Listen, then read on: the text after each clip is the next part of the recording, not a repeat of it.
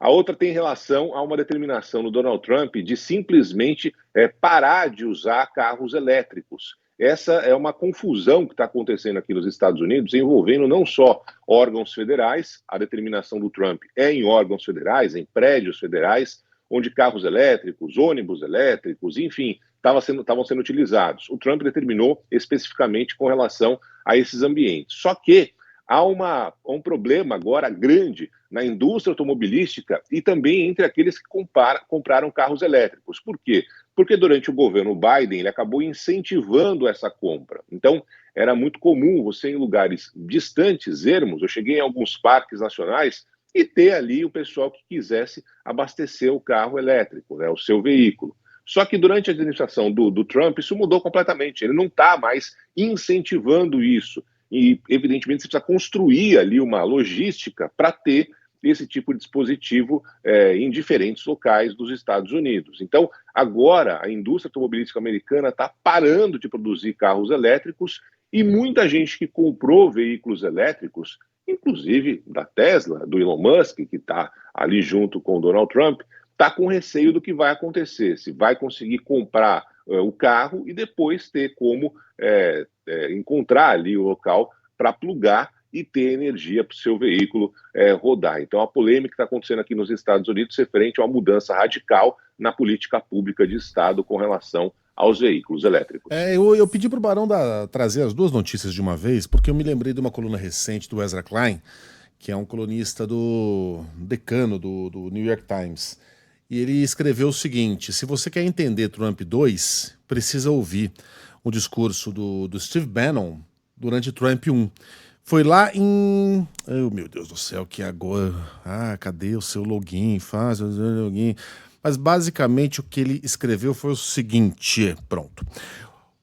O partido de oposição é a mídia. E a mídia, porque é burra e preguiçosa, só pode focar em uma coisa por vez. Tudo o que precisamos fazer é inundar o terreno. Todo dia nós jogamos 3 coisas. Eles vão morder uma e conseguiremos fazer as nossas. Bang, bang, bang. Esses caras nunca conseguirão se recuperar. Mas precisamos começar com uma velocidade de saída.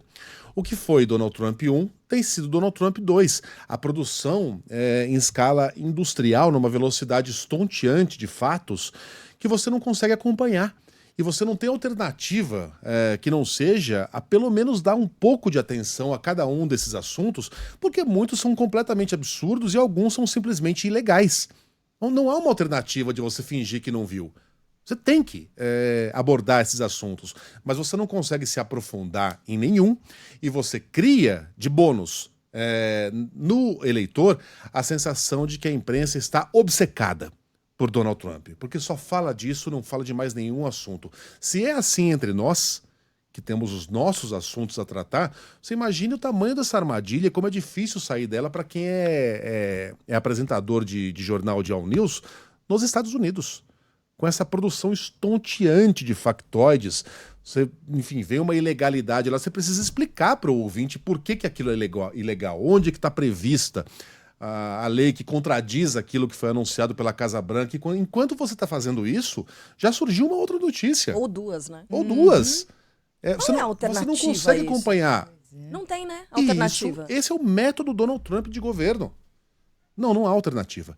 Ainda não descobriu-se uma alternativa. Fingir que o presidente dos Estados Unidos não existe? E que decretos anunciados por ele não são notícias? São. Né?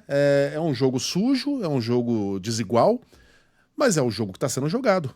Né? E alguém precisa descobrir exatamente a solução do Ezra Klein.